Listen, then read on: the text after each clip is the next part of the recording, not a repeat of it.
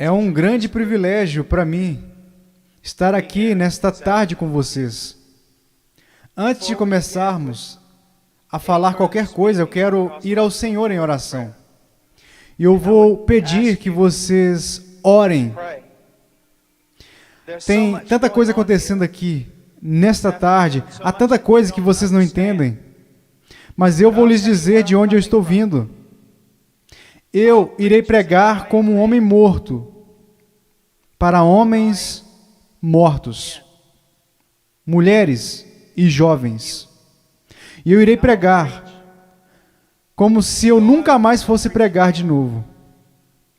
E eu vou lhes dizer umas coisas que vocês irão entender errado. E eu vou lhes dizer coisas que irá deixar vocês um tanto nervosos comigo. E eu vou lhes dizer coisas que vocês irão negar. E eu irei lhes dizer coisas e vocês dirão, eu não tenho o direito de lhes dizer o que eu estou dizendo. Mas antes de você chegar a qualquer conclusão sobre o que está sendo dito aqui nesta tarde, faça a si mesmo uma pergunta. Veja, pregar uma coisa é um tanto perigosa. É perigoso para mim, porque a Bíblia diz que sobre falsos mestres virá grande condenação. Se o que eu lhes disser hoje não for verdade, eu estou encrencado e por isso tenho que fazê-lo com temor e tremor, porque eu estarei condenado diante de Deus. Mas se o que eu irei dizer a vocês hoje for verdade, então são vocês que têm motivos para temer e tremer. Porque se eu interpretar corretamente essa passagem das Escrituras que eu irei dar a vocês, será como se Deus estivesse falando por intermédio de um homem. E o problema de vocês não será comigo, será com Deus e a sua palavra. Então a única questão a ser decidida aqui, nesta tarde, é esta: é este homem à nossa frente um falso profeta? Ou será que ele está nos falando a verdade? E se ele estiver nos falando a verdade, então nada mais importa, exceto conformar as nossas vidas a esta verdade. Vamos ao Senhor em oração.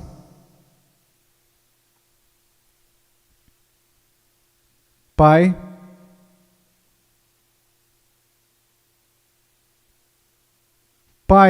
eu sou tão pequeno e tão desprezível de tantas formas.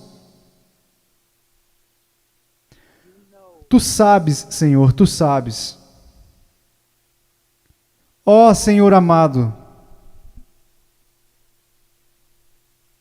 será que falso fogo irá continuar sendo a única coisa depositada no seu altar? Ou poderia fogo descer do céu? No meio de tanto barulho e clamores, programações, poderia o fogo descer do céu?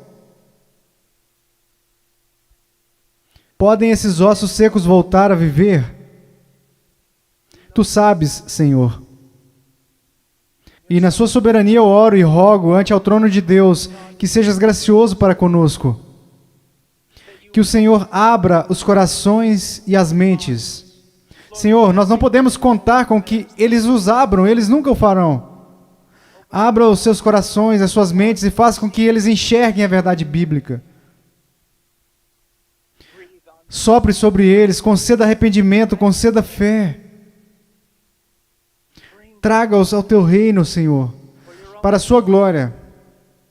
Pelo Seu grande nome, opere estas coisas. Senhor, como um irmão falava, que seja, Senhor, de tal forma que nenhum homem obtenha crédito, que nenhum homem ponha a mão na arca do Senhor e se pôr que caia morto, Senhor. Ó Deus, faça-se presente entre nós. Por favor. Porque não temos outra esperança. Não temos nenhuma outra esperança. Essas crianças não possuem outra esperança, a não ser que o Senhor haja. Amém. Eu vou pregar por intermédio de Mateus, capítulo 7. Se você trouxe a sua Bíblia, me siga. Mateus capítulo 7, versículo 13. Jesus disse: entrai pela porta estreita, larga é a porta, e espaçoso o caminho que conduz para a perdição, e são muitos os que entram por ela, porque estreita é a porta, e apertado o caminho que conduz para a vida, e são poucos os que acertam com ela. Acautelai-vos dos falsos profetas, que se vos apresentam disfarçados em ovelhas, mas por dentro são lobos roubadores. Pelos seus frutos os conhecereis. Colhem-se porventura uvas dos pinheiros ou figos dos abrolhos? Assim toda árvore boa produz bons frutos, porém a árvore má produz frutos maus. Não pode a árvore boa produzir frutos maus, nem a árvore má produzir frutos bons. Toda árvore que não produz bom fruto é cortada e lançada ao fogo. Assim, pois, pelos seus frutos os conhecereis. Nem todo o que me diz Senhor, Senhor, entrará no reino dos céus, mas aquele que faz a vontade de meu Pai que está nos céus. Muitos naquele dia hão de dizer-me: Senhor, Senhor, porventura não temos nós profetizado em Teu nome, e em Teu nome não expelimos demônios, e em Teu nome não fizemos muitos milagres? Então lhes direi explicitamente: nunca vos conheci. Apartai-vos de mim, os que praticais a iniquidade. Todo aquele, pois, que ouve essas minhas palavras e as pratica, será comparado a um homem prudente, que edificou a sua casa sobre a rocha. E caiu a chuva, transbordaram os rios, sopraram os ventos e deram com ímpeto contra aquela casa, que não caiu, porque foi edificada sobre a rocha. E todo aquele que ouve essas minhas palavras e não as pratica, será comparado a um homem insensato, que edificou a sua casa sobre a areia. E caiu a chuva, transbordaram os rios, sopraram os ventos, e deram com ímpeto contra aquela casa, e ela desabou, sendo grande a sua ruína. Eu estou aqui hoje. Eu não estou preocupado no meu coração com a autoestima de vocês. Eu não estou preocupado no meu coração se vocês irão se sentir bem consigo mesmos, se a vida está do jeito que vocês desejam, ou se a conta bancária de vocês está verde. Só tem uma coisa que me tirou o sono. Só há uma coisa que me preocupou durante toda a manhã. E é isso aqui, ó. Em 100 anos, a maioria das pessoas neste edifício possivelmente estarão no inferno. E muitos que até mesmo professam Jesus Cristo como Senhor irão passar a eternidade no inferno. E você diz: pastor, como você pode dizer uma coisa como essa? Eu posso dizer uma coisa como essa porque eu não realizo meu ministério nos Estados Unidos. Eu prego a maior parte do tempo na América do Sul, na África, no leste europeu. E eu quero que vocês saibam que quando olham para o cristianismo americano, ele é mais baseado em uma cultura sem Deus do que na palavra de Deus. E tantas pessoas são enganadas, e tantos jovens são enganados, e tantos adultos são enganados em crer que por terem feito uma oração uma vez em suas vidas, eles irão para o céu. Então, quando eles olham ao redor e enxergam outros que confessam a Cristo e veem essas pessoas tão mundanas quanto o mundo, e se comparam uns com os outros, nada perturba os seus corações. Eles pensam: bem, eu sou igual à maioria do meu grupo de jovens. Eu vejo coisas que não deveria ver na TV, eu dou risada das coisas que Deus odeia, eu uso roupas sensuais, eu falo como o mundo, eu ando como o mundo, eu amo a música do mundo, eu amo tantas essas coisas do mundo, mas graças a Deus eu sou um cristão. Porque eu sou um cristão, eu não pareço diferente da maioria das pessoas da minha igreja. Por que eu sou um cristão? Porque houve uma vez na minha vida que eu fiz uma oração e pedi para Jesus entrar no meu coração. Eu quero que vocês saibam que a maior heresia na igreja evangélica protestante americana é que se você orar e pedir para Jesus Cristo entrar no seu coração, Ele definitivamente entrará. Vocês não irão encontrar isso em nenhum lugar das Escrituras. Vocês não irão encontrar isso na história batista até 50 anos atrás. O que vocês precisam saber é que a salvação é pela fé, e somente pela fé em Jesus Cristo. E a fé somente em Jesus Cristo é precedida e seguida pelo arrependimento. Um abandono do pecado, um ódio pelas coisas que Deus odeia e um amor pelas coisas que Deus ama. Um crescimento em santidade e um desejo, não de ser como a Britney Spears, não de ser como o mundo, e não de ser como a maioria dos cristãos americanos, mas de ser como Jesus Cristo.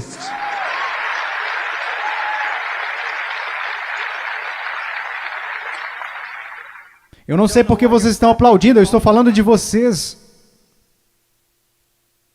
Eu não vim aqui para ouvir améns. Eu não vim aqui para receber aplausos, eu estou falando de vocês. Muitas vezes as pessoas vêm a mim e dizem, eu adoraria segui-lo até a Romênia, eu queria te seguir até a Ucrânia, eu adoraria pregar onde você prega e onde plantou igrejas no Peru, na floresta. E eu digo, não, você não iria. E elas dizem, sim, eu iria. E eu digo, não, você não iria. Por quê? Porque você seria expulso da igreja de lá. O que nós precisamos enxergar? Eu não estou querendo ser duro, apenas para ser duro. Vocês têm a noção de quanto amor é necessário para ficar na frente de 5 mil pessoas e dizer que o cristianismo americano é praticamente, completamente errado? Você sabe que vai me custar nunca mais ser chamado para algo assim? Ser impopular. Você sabe por que você faz isso? Você não faz porque você vai ser bem pago. Você não faz isso porque os homens te amam. Você faz isso porque você ama os homens e, acima de tudo, você quer honrar a Deus. Eu quero dizer a vocês uma coisa. Nós vamos olhar para as Escrituras e eu quero que vocês olhem para ela, como ela realmente é. Pare de se comparar com os outros que dizem que são cristãos, que se comparam com outros que dizem que são cristãos. Compare a si mesmo com as Escrituras. Quando alguém, um jovem, vem a um pastor ou pastor de jovens e diz, eu não tenho certeza se sou salvo, o pastor de jovens geralmente vai lançar um clichê. Alguma vez em sua vida você orou e pediu para Jesus entrar no seu coração? Bem, sim. Você foi sincero? Bem, eu não sei, mas acho que sim. Você precisa dizer para Satanás parar de te pôr dúvidas. Você escreveu no verso da sua Bíblia, assim como o evangelista te ensinou quando você foi salvo. Você anotou a data para que qualquer dia você pudesse se lembrar, você poderia olhar para sua Bíblia. Que superstições têm invadido a nossa denominação? Você sabe o que a Bíblia fala para os cristãos fazerem? Examine-se a si mesmo. Prove a si mesmo à luz das Escrituras para saber se você está na fé. Prove a si mesmo para saber se você está na fé. Você consegue ver que se eu libertasse todo mundo aqui e mandasse vocês baterem em cada porta dessa cidade, você sabe o que descobriríamos? 99% das pessoas, pelo menos nessa cidade, acreditam que são cristãos. Se você voltar para a sua cidade e bater em cada porta, porque eu voltei quando fui salvo e bati em cada porta, e você sabe o que eu descobri? Todo mundo na minha cidade é um cristão. 85% deles não vão à igreja, e aqueles que vão à igreja não estão preocupados com santidade, eles não estão preocupados em servir, não estão preocupados em ser separados do mundo, não estão preocupados se o evangelho será pregado entre as nações. Mas graças a Deus eles são salvos. Por que eles são salvos? Porque algum evangelista que deveria ter passado mais tempo estudando sua Bíblia do que pregando, disse a eles que eles eram salvos. E ele disse isso para que depois pudesse se gabar de quantas pessoas se converteram no seu próximo avivamento. Eu amo vocês. E há homens aqui que amam vocês. E eu quero ir às Escrituras agora que eu os choquei para a vida. Eu quero que vocês me ouçam. Ouçam a palavra de Deus e comecem a se perguntar algumas perguntas. Antes de mais nada, entrai pela porta estreita, porque larga é a porta e espaçoso o caminho que conduz à perdição, e muitos são os que entram por ela. Há uma porta estreita. E sabe, historicamente, uma das razões pela qual eu sou um Batista do Sul é porque os Batistas do Sul sempre foram rápidos, enquanto outras denominações falharam em perceber isso. Os Batistas do Sul sempre foram rápidos em perceber que só há uma porta, só há um Deus, só há um mediador entre Deus e os homens, e seu nome é Jesus Cristo. E não é uma questão de múltipla escolha, não é como se todos os caminhos levassem a Roma. Como denominação, nós sempre ensinamos as pessoas o que Jesus ensinou às pessoas: eu sou o caminho, a verdade e a vida, e ninguém vem ao Pai senão por mim. Então eu louvo a Deus por isso, que a única maneira de qualquer ser humano nesta terra ser salvo é por intermédio de Jesus Cristo. Ponto final. Porque vocês precisam entender que a Bíblia diz: todos pecaram e destituídos estão da glória de Deus, e vocês não têm ideia do que isso significa. Que nascemos totalmente depravados, odiando a Deus. Que nós nunca buscaríamos a Deus, nunca iríamos a Deus, nós nos rebelamos contra Deus, quebramos toda a lei. Não é só uma questão do que você já pecou, a questão é: você nunca fez nada além de pecar. A Bíblia diz nos profetas que até as nossas maiores obras são como trapos de imundícia perante Deus. E por causa disso, você sabe o que merecemos? A ira de Deus. O ódio santo de Deus. E vocês dizem: espere um pouco, Deus não pode odiar ninguém, Deus é amor. Não, meu amigo. Você precisa entender uma coisa. Jesus Cristo ensinou, os profetas ensinaram, os apóstolos ensinaram isso. que a não ser a graça de Deus revelada em Jesus Cristo, nosso Senhor, a única coisa que resta para você é a ira, a violenta ira de Deus, por causa da sua rebelião e dos seus pecados. Quando falam em universidades, eles sempre são rápidos em dizer, não, Deus não pode odiar porque Deus é amor. Mas eu digo, Deus tem de odiar porque Ele é amor. Veja, eu amo crianças, portanto odeio o aborto. Se eu amo o que é santo, devo odiar o que não é santo. Deus é um Deus santo, e isso é algo que os americanos esqueceram. Muitas das coisas que você adora fazer, Deus odeia. Você sabia disso? Ore por um avivamento. Você vai para a reunião de jovens e quer que Deus haja, mas antes de ir, você assiste programas na TV que Deus absolutamente abomina.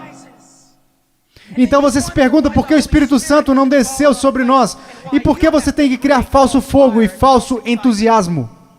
Porque Deus não está presente. Deus é um Deus santo. E a única maneira pela qual eu e você poderíamos nos reconciliar com o Deus Santo é pela morte do Filho unigênito de Deus, quando Ele foi pendurado naquela cruz. Agora me escute, se você hoje é um salvo, você não foi salvo porque os romanos e os judeus rejeitaram a Jesus. Você não foi salvo porque eles colocaram uma coroa de espinhos na cabeça dele.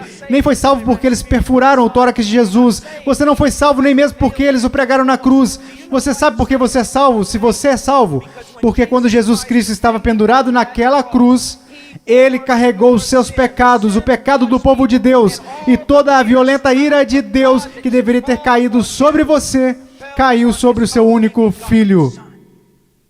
Alguém tinha que pagar o preço. Alguém tinha que morrer.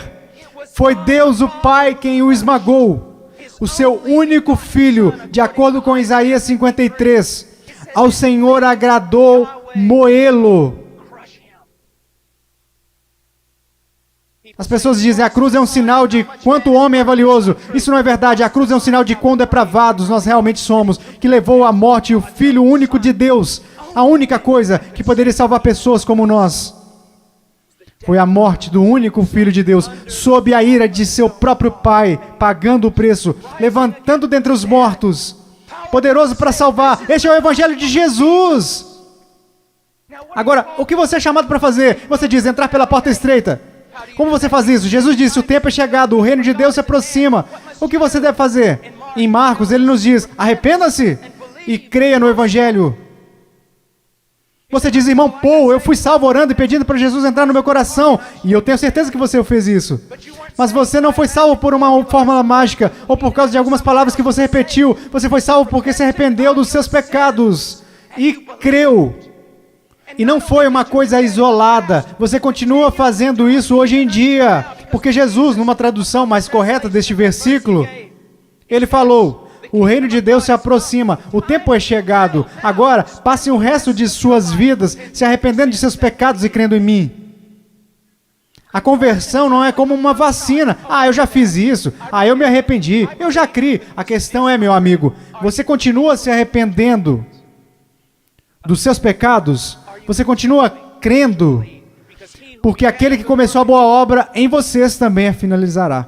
Ele irá finalizar. Nós, os batistas, pregamos que você deve ir por essa única porta que é Jesus Cristo.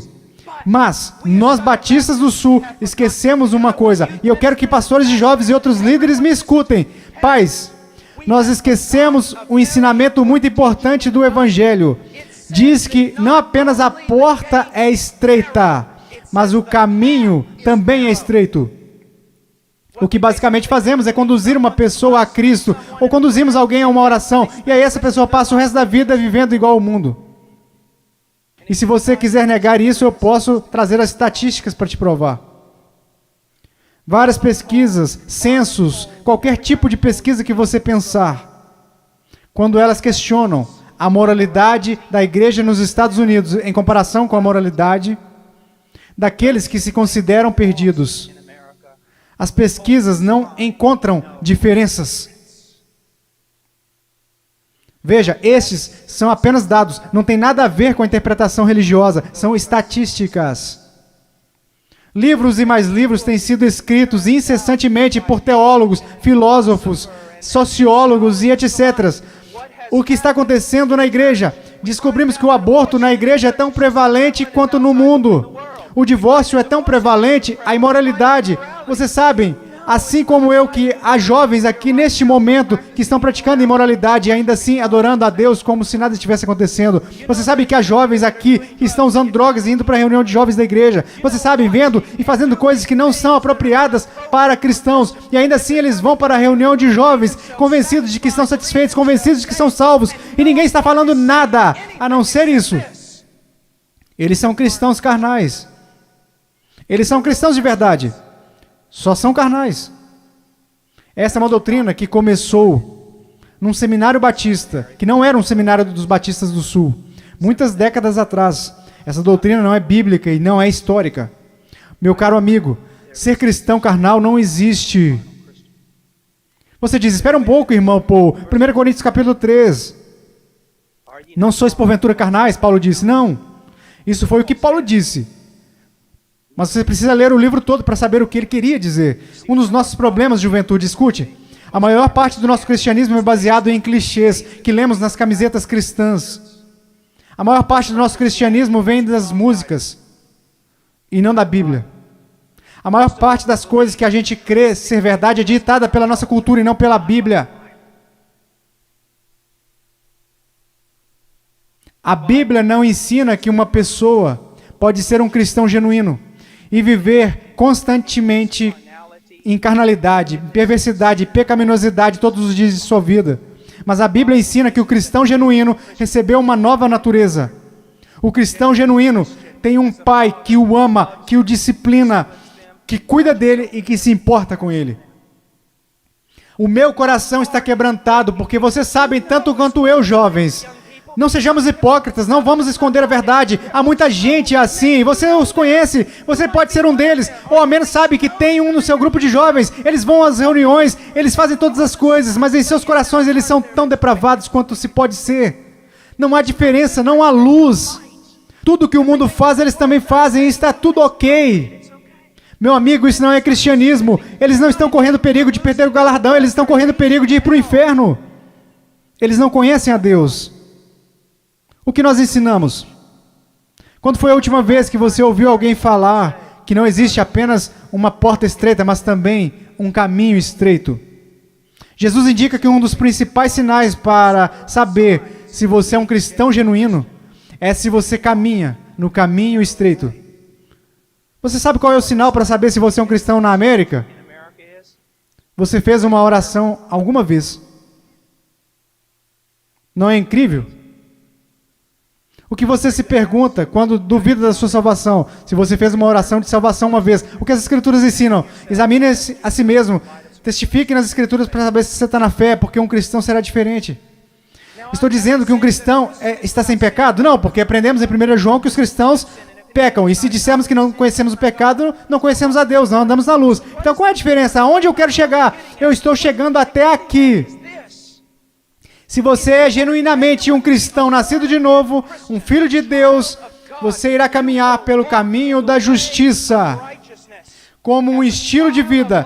E se você se desviar desse caminho de retidão, o Pai irá até você. Ele irá te disciplinar, ele vai te colocar de volta naquele caminho. Se você professa que entrou pela porta estreita, mas você continua andando pelo caminho largo, assim como todos da sua escola, assim como todos que são carnais e depravados, a Bíblia quer que você saiba que você deveria ficar terrivelmente amedrontado, porque você não conhece a Deus. Eu temo homens que passam a maior parte de suas vidas dizendo a outras pessoas que elas são salvas. Eu tenho temor por vocês, se vocês já fizeram isso. Você não diz às pessoas que elas são salvas, você diz a elas como serem salvas. Deus as diz se elas são salvas. O que nós esquecemos de acreditar é que a salvação é uma obra sobrenatural de Deus. E aqueles que estão sendo genuinamente convertidos e regenerados pelo poder do Espírito Santo serão novas criaturas. A Bíblia diz, pelo que se alguém está em Cristo, nova criatura é. Então, nós encontramos aqui nas Escrituras que há uma porta estreita e um caminho estreito. Estamos caminhando para o versículo 16, quer dizer, versículo 15. Acautelai-vos, porém, dos falsos profetas que vêm até vós vestidos de ovelhas, mas interiormente são lobos. Por seus frutos os conhecereis. Uma das coisas que vocês precisam entender é isso. Uma coisa que um homem sábio me disse há muito tempo. Paul, o seu melhor amigo é aquele que te diz as maiores verdades. Nos Estados Unidos, nós nos tornamos tão cheios de não me toques que ninguém pode nos repreender. Ninguém pode nos dizer que estamos errados. E ministros, líderes também têm acreditado nessa mentira. Nós não queremos ofender. Nós queremos ser amigáveis. O que você precisa entender é que só há um amigo verdadeiro e seu nome é Deus. E se você quer ser amigo de alguém na sua igreja, você precisa ser amigo de Deus. E você precisa estar mais preocupado com a glória de Deus do que você está com as atitudes dos homens. E outra coisa que você precisa entender é que a pessoa que te ama mais é a que vai te falar as maiores verdades. Uma das grandes marcas diferenciais de um falso profeta é que ele sempre vai falar o que você quer ouvir. Ele nunca vai estragar a sua festa. Ele vai fazer você continuar batendo palmas, pulando, vai fazer você ficar atordoado, ele vai te manter entretido. E ele te apresentará um cristianismo que fará a sua igreja parecer um parque de diversões de Jesus. E irá te manter tão entretido que você nunca se preocupará com grandes assuntos como este. Deus está agindo em minha vida? Eu estou crescendo em santidade? Eu realmente nasci de novo? Me escute, se todos nessa cidade creem que são salvos, e nós sabemos que isso não é verdade, porque a Bíblia diz que poucos vão entrar, como você sabe que você é salvo? Como você realmente sabe que é um salvo? Porque alguém te disse? Porque você fez uma oração? Porque você creu? Deixe-me te perguntar, como você sabe que crê? Porque todo mundo diz que acredita. Como você sabe que você não é igual a eles? Você sabe como a Bíblia ensina que se você é salvo ou não? Você sabe como a doutrina batista até 50 anos atrás diria que você sabe que é um salvo? Você sabe que foi salvo porque a sua vida está num processo de transformação. E o seu estilo de vida é de alguém que caminha nos caminhos da verdade do Senhor. E quando você para de andar nos caminhos da desobediência, como todos nós fazemos, Deus vem até você e te põe de volta no caminho. Uma das maiores evidências de que você nasceu de novo é que Deus não permitirá que você fale como a sua carne quer falar. Deus não irá permitir que você se vista como o mundo sensual e a igreja sensual permitem que você se vista. Deus não irá permitir que você caminhe como o mundo, cheire como o mundo, fale como o mundo, escute as coisas que o mundo escuta. Deus irá e fará a diferença na sua vida. Diz aqui, ao continuarmos, versículo 17, então todos, quer dizer, vamos para o versículo 16, você os conhecerá pelos seus frutos. Como você reconhece o falso profeta? E uma aplicação mais ampla aqui nas Escrituras. E como você sabe que alguém é um cristão genuíno? Pelos seus frutos. Pelos seus frutos, meus amigos. Veja a sua vida. Veja o jeito que você anda. Veja o jeito que você fala. Veja para as paixões do seu coração. Por acaso Jesus está aí em algum lugar? Ou ele é só um acessório que você acrescenta em sua vida? Ou é só uma coisa que você faz nas quartas e domingos? Ele é só alguém que você aceita apenas intelectualmente, mas não de coração? Ele é um acessório ou ele é o centro da sua vida? E qual é o fruto que você está produzindo? Você parece com o mundo, age como o mundo, você experimenta as mesmas alegrias que o mundo experimenta? Você consegue amar o pecado e gostar de cometê-lo? Você consegue amar a rebeldia e gostar de ser rebelde? Então você não conhece a Deus. Você os conhecerá pelos seus frutos. Deus tem o poder para mudá-los. Imaginemos por um momento Jesus ensinando esta passagem. E você está lá ouvindo. E ele olha para você e diz: espinhos, espinhos. Você acha espinhos em figueiras? E você diz: é claro que não, Jesus. Você não é um agricultor, você não é um fazendeiro, você é um carpinteiro, mas todo mundo sabe, Jesus. Você não encontra espinhos numa figueira. Então, deixe-me fazer outra pergunta. Você encontra figos, bons frutos, em espinheiros? É claro que não, Jesus, isso é loucura. Quer dizer, você nunca vai achar espinhos numa figueira e também nunca encontrará figos num espinheiro. Jesus, se me dissessem que isso é possível, pode tomar nota. Ou essa pessoa é louca ou é uma mentirosa. Então Jesus te responde: muito bem.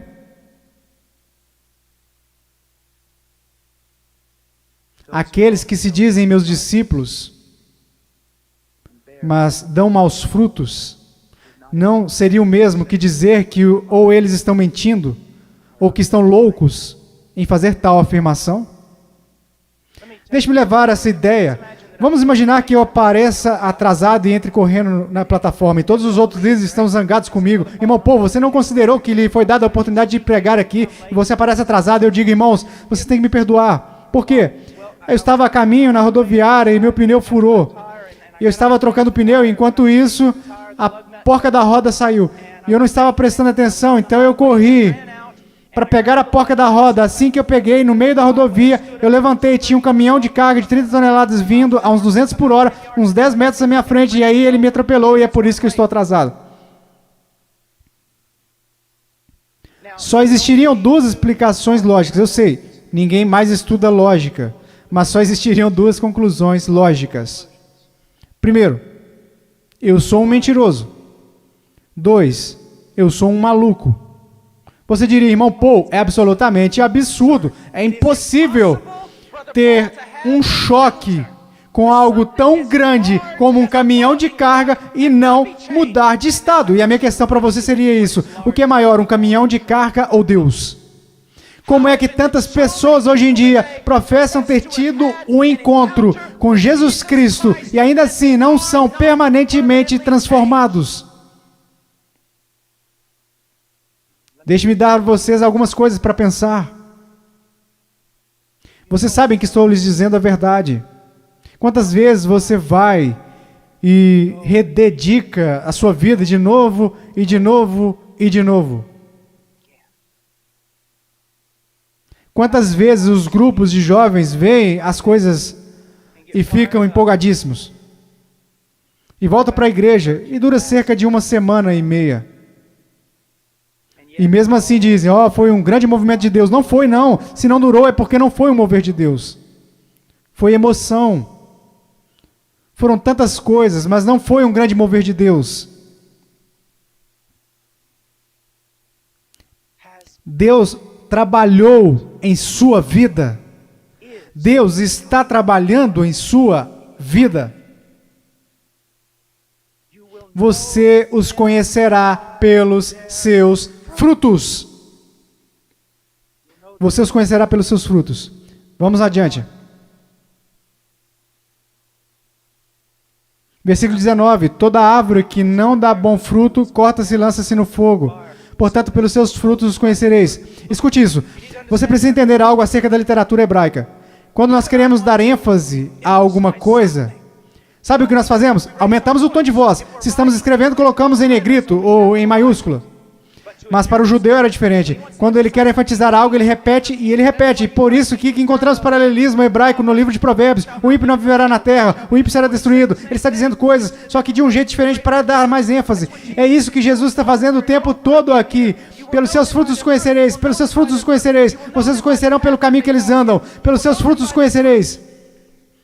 Pelos seus frutos os conhecereis. Ele diz, toda árvore que não dá bom fruto, corta-se e lança-se no fogo. Sobre o que ele está falando? Meu caro amigo, ele está falando sobre o juízo do Deus Todo-Poderoso, que um dia cairá sobre o mundo. Que um dia, possivelmente, irá cair sobre você. Meu caro amigo, eu não consigo olhar o seu coração. Eu sou tão facilmente enganado pelo meu próprio coração. Mas há um que não é enganado. Há um que não é enganado. E ele não é enganado por uma cultura cristã pós-moderna. Ele sabe.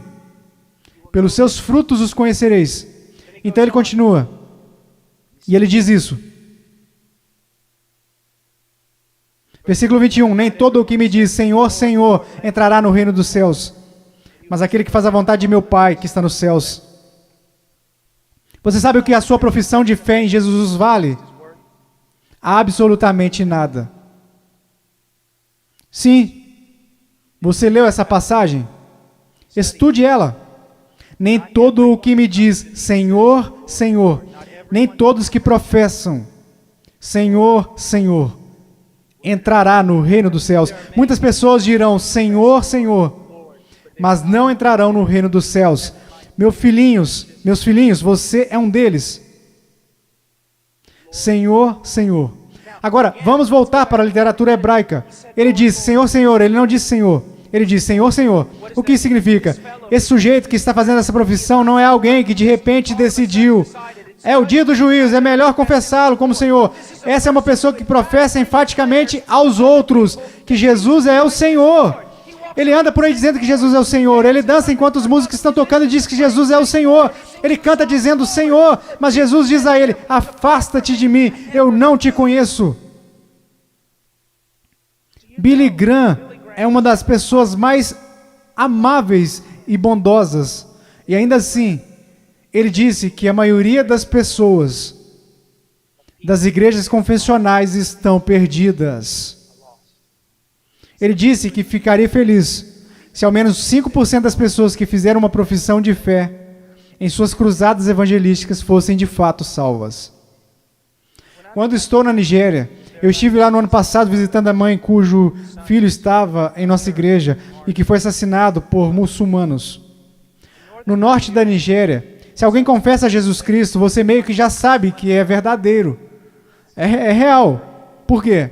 Porque eles podem morrer por causa dessa confissão. Mas na América, considere os custos. Pense, examine a sua vida à luz das Escrituras. Você conhece o Senhor? Você conhece o Senhor? Porque nem todo o que me diz Senhor, Senhor, entrará no reino dos céus. Mas o que ele diz aqui? Veja o que ele está dizendo. Nem todo o que me diz Senhor, Senhor entrará no reino dos céus, mas aquele que faz a vontade de meu Pai que está nos céus. Qual é o sinal de que alguém se tornou um cristão genuíno? Eu gostaria que nós começássemos a ensinar isso de novo. O que aconteceu com a nossa teologia, o que aconteceu com a nossa doutrina, o que aconteceu com o nosso ensino, foram jogados pela janela.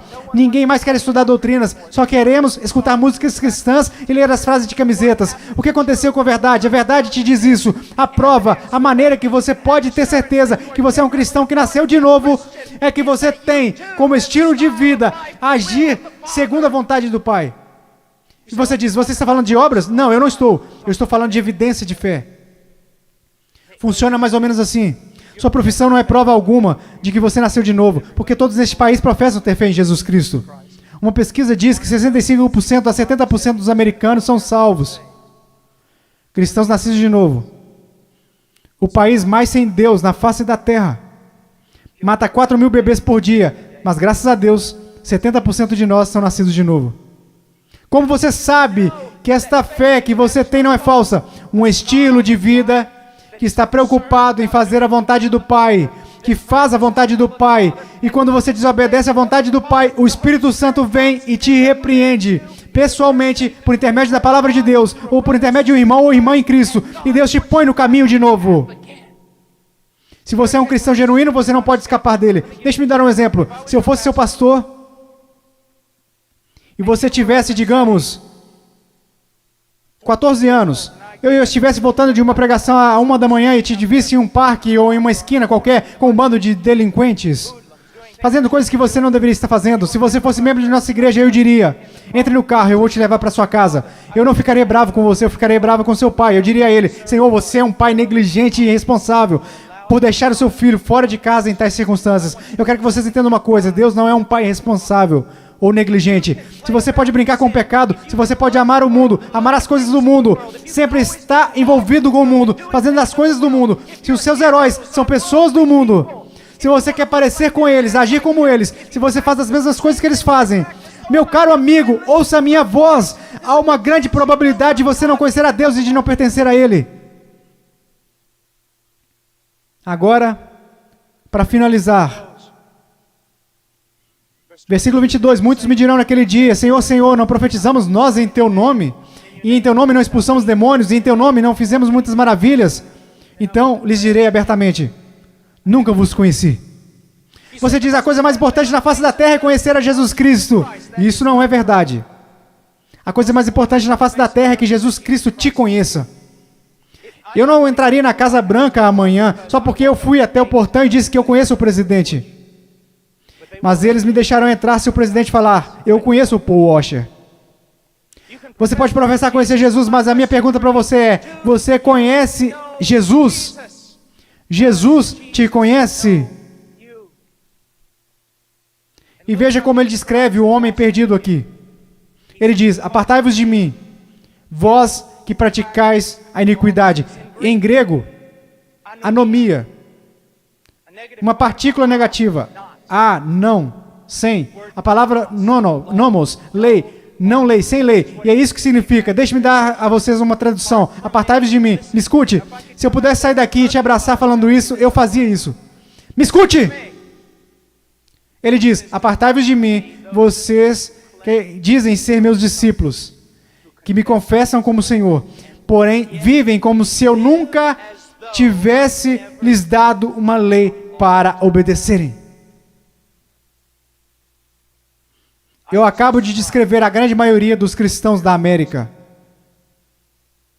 Se alguém começa a falar de lei, se alguém começa a falar de princípios bíblicos sobre o que devemos fazer e o que não devemos fazer, como devemos viver e como não devemos viver, todos começam a exclamar, legalista, legalista. Mas Jesus disse, apartai-vos de mim, vocês que viveram, me chamaram de Senhor, contudo viveram como se eu nunca tivesse lhes dado uma lei para seguirem. Na cristandade americana diz assim, passe pela porta, louvado a Deus, viva como o resto do mundo. Tudo bem, você só é um cristão carnal e talvez você volte um dia. Você sabe o que acontece por causa do nosso péssimo evangelismo? Nós temos zilhões de crianças salvas, entre aspas, nas escolas dominicais, e quando fazem 15 anos eles vão para o mundo e a maioria deles vivem como demônios. E quando estão por volta de 30 anos eles voltam e rededicam as suas vidas. Talvez eles tenham acabado de ser salvos. Porque, amigos, é mais do que você contar a alguém que você é salvo, porque sabe que Jesus é Senhor. Satanás sabe que Jesus é Senhor. A sua vida está em processo de mudança. Então ele começa a falar sobre duas pessoas, duas fundações. Você sabe o que é essa passagem na interpretação contemporânea? É importante estudar teologia, é importante estudar história. A interpretação atual dessa passagem sobre a rocha e a areia é basicamente isso. Se você é cristão, você precisa construir vida sobre a rocha. Porque se você construir a sua vida sobre a areia, você será um cristão infeliz e sua vida não dará certo. Isso não é o que Jesus está ensinando. E a história me apoia nisso. Quase nunca foi interpretada dessa forma. Você sabe qual é a interpretação? É assim. Há dois caminhos. Há o caminho estreito e o caminho largo. Em qual você está? Há dois tipos de árvores. Tem a árvore que dá bons frutos e que vai para o céu. Tem a árvore má, e você sabe que é má porque dá maus frutos e vai para o inferno. Será cortada e lançada para o inferno. Há aqueles que professam Jesus como Senhor e fazem a vontade do Pai que está no céu. E há aqueles que professam Jesus como Senhor e que não fazem a vontade do Pai que está no céu. E eles irão para o inferno. Não por falta de obras, mas por causa de uma falta de fé demonstrada pelo fato de que eles não tinham obras. E ele continua.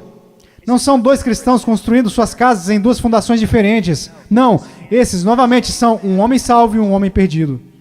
O homem perdido ouve a palavra de Deus ser pregada, mas não prepara a fundação. Você não consegue ver na vida dele como a palavra de Deus está formando e construindo e sustentando a sua vida. A sua vida não está... Quantas pessoas da Convenção dos Batistas do Sul, apesar dos nossos números, apesar de tudo o que dizemos, se nós simplesmente comparássemos as pessoas a essa passagem e disséssemos, você está construindo o seu casamento de acordo com a palavra de Deus, você está educando seus filhos de acordo com a palavra de Deus, você está administrando suas finanças de acordo com a palavra de Deus, você tem vivido separando-se das coisas deste mundo de acordo com a palavra de Deus, quantos estariam aptos a responder positivamente? Não, nada disso. Eu professo Jesus, Ele é o meu Salvador. O meu professor de escola dominical me falou. Eu sei. Assim como Leonardo Ravenhill, um conhecido meu, que antes de falecer costumava dizer: eu preguei uma só vez em várias igrejas batistas. Eu prego em muitos lugares como esse, somente uma vez. Eu poderia vir aqui hoje com um vocabulário que iria impressionar todos vocês e pregar para vocês sobre coisas que fariam vocês saírem flutuando deste auditório.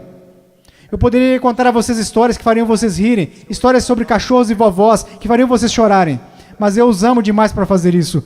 Eu sei, porque a palavra de Deus é verdade, que há pessoas que acreditam ser salvas, mas não são. Não são. Eu sei que há alguns de vocês que olham ao redor e pensam: ora, eu sou salvo. Quer dizer, eu pareço com todo mundo do meu grupo. O que faz você pensar que o seu grupo é salvo? Ora, eu sou como meus pais, ou eu sou como os adultos da minha igreja, ou os diáconos, ou o pastor. E de que adianta? Você não será julgado por eles no dia da vinda de Cristo. A minha pergunta para você, querido, minha pergunta para você, meu filhinho, quero dizer, vocês poderiam ser meus filhos. E eu oro para que um dia, quando o meu filho crescer, que haja um pregador que fique diante dele e diga: basta, vamos focar o que a palavra de Deus diz. Como a sua vida se apresentará diante do fogo ardente, que é a santidade de Deus no dia final. Amado, amada, preciosa menina, amado, precioso jovem, no dia final a sua confissão permanecerá verdadeira. Você é salvo. E eu não estou falando de, ora, eu acho que sou salvo. Sabe, há um caminho que ao homem parece direito, mas o fim dele são caminhos de morte. Ora, eu sinto do fundo do meu coração que eu sou salvo. Então deixe-me fazer outra pergunta. Você alguma vez já leu Enganoso é o coração, quem o conhecerá? Você não deveria ir ao testemunho das Escrituras? Ora, eu sei que sou salvo porque minha mãe, meu pai, meu pastor, todos disseram que eu sou salvo. Então eu te digo isso. O que a palavra de Deus te diz? Nós falamos tanto sobre ser cristãos radicais. Cristãos radicais não são pessoas que pulam em shows. Cristãos radicais não são pessoas que usam camisas gospel. Cristãos radicais são aqueles que carregam os frutos do Espírito Santo. Cristãos radicais são aqueles que respeitam e honram os seus pais, mesmo quando sentem que seus pais estão errados. Cristãos radicais são aqueles que não... Agora escutem, isso vai deixá-los irados. E eu estou falando com garotos e garotas. Cristãos radicais são aqueles que não se vestem sensualmente para mostrar os seus corpos. Se a sua vestimenta é um chamariz apenas para o seu rosto, Deus se agrada da sua vestimenta. Se a sua vestimenta é um chamariz para o seu corpo, isso é sensual e Deus odeia o que você está fazendo. Todo mundo gosta de falar sobre um profeta, mas ninguém quer escutá-lo. Eu estou falando sobre cristianismo. Eu passei minha vida em selvas. Eu passei minha vida congelando nos Andes. Eu vi pessoas morrerem. Um garotinho, Andrew Minem. Os muçulmanos retiraram 5 vezes o seu estômago e o deixaram morrer na calçada simplesmente porque ele exclamava: eu estou com tanto medo, mas eu não posso negar a Jesus Cristo. Por favor, não me matem, mas eu não o negarei. E ele morreu numa poça de sangue. E vocês falam sobre ser cristãos radicais porque vocês usam camisas de gospel e vão a um congresso. Eu estou falando sobre santidade. Eu estou falando sobre ser cheio de Deus. Você sabe o que seria o mover de Deus neste local? Se todos vocês caíssem debaixo de convicção, se eu mesmo caísse sob convicção pelo Espírito Santo e nos prostássemos e chorássemos, pois assistimos coisas que Deus odeia. Pois usamos coisas que Deus odeia. Pois nós agimos como o mundo, parecemos como o mundo, cheiramos como o mundo. Fazemos as mesmas coisas que o mundo e não sabemos que fazemos essas coisas porque não conhecemos a palavra de Deus. Porque mesmo que falemos como uma denominação, que a Escritura é infalível, a palavra de Deus, só o que ganhamos basicamente é um monte de ilustrações, histórias e novelinhas. Oh, que Deus brilhe, resplandeça neste lugar. Que viremos nossas costas para o pecado, que renunciemos às coisas que desagradam a Deus, e então que corramos para Ele e alegremos-nos nele e que venhamos amá-lo. Que Deus levante missionários. Eu não desejo a vocês o mesmo que seus pais. Eles querem segurança e boas casas para vocês. Eles querem que vocês tenham carros e respeito. Eu quero para vocês as mesmas coisas que quero para o meu filho, que um dia ele pegue uma bandeira, a bandeira de Jesus Cristo, e coloque-a no monte onde ninguém esteve antes, e que ele clame: Jesus Cristo é Senhor, mesmo que isso custe a sua vida. Se quando ele tiver 18 anos me disser as mesmas coisas que eu disse quando eu era jovem, eu vou para os montes, eu vou para a selva, e as pessoas disserem: você não pode ir, você está maluco, é uma guerra lá, você vai morrer. Eu vou. Quando aquele rapaz colocar a sua mochila nas costas, eu vou orar por ele e dizer: vá, vá, Deus seja contigo. E se você morrer, meu filho, eu te vejo do outro lado e irei honrar a sua morte. Oh Deus, vamos orar, vamos orar.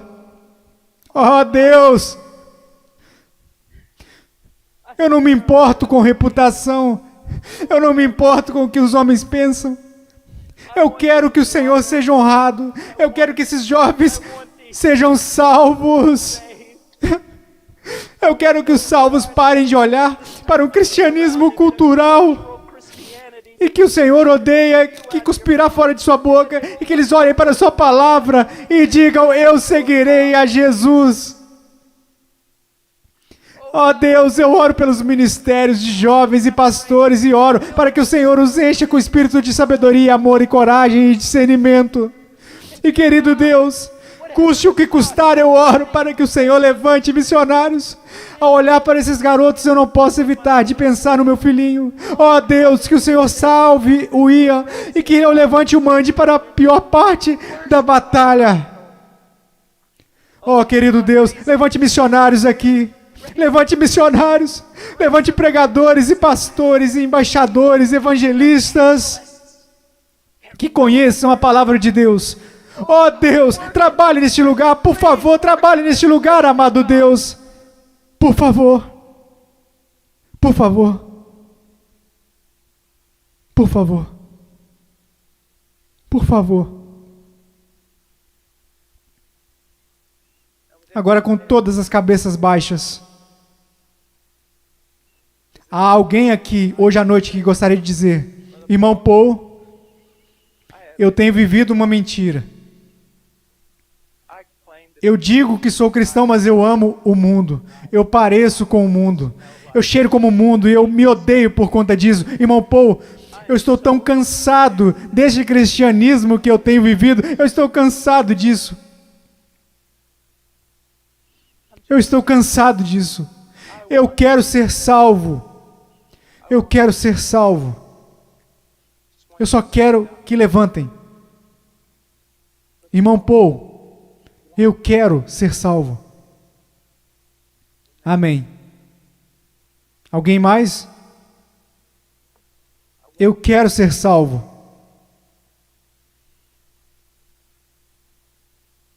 Amém. Amém. Em momentos teremos um apelo, e vocês que levantaram, eu vou descer aqui e quero que vocês se encontrem comigo. Eu quero falar com vocês. Agora, vocês podem se sentar. Agora, quero conversar com vocês que professam ser cristãos.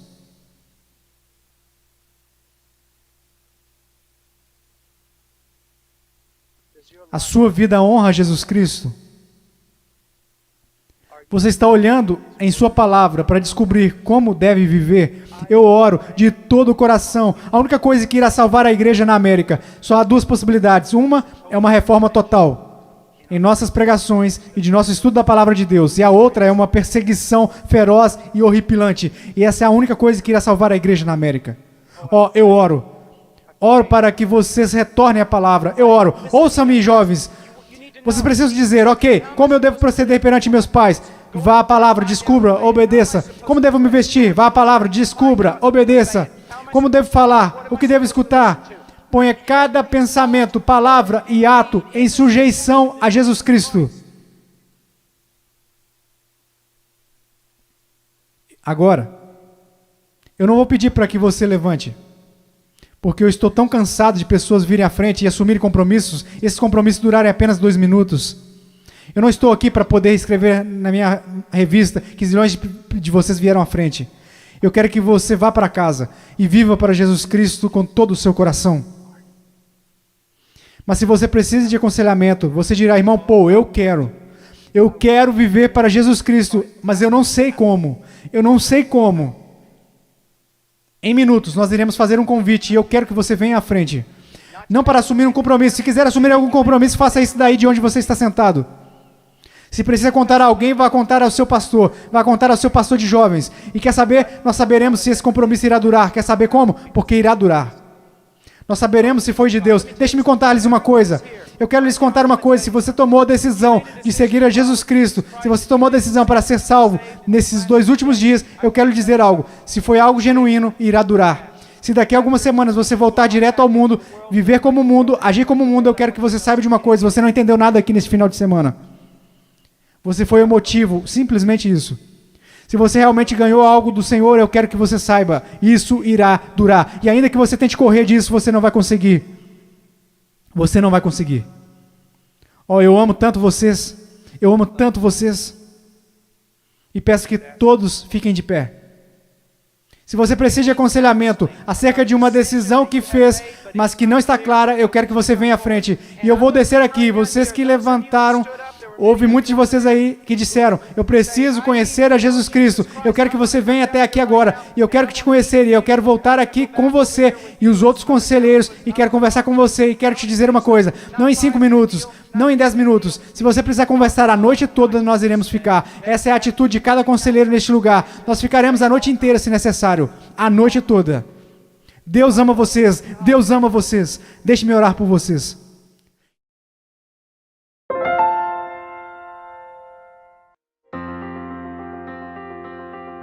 Please visit our website at heartcrymissionary.com. There you will find information about the ministry, our purpose, beliefs and methodologies, and extensive information about the missionaries we are privileged to serve.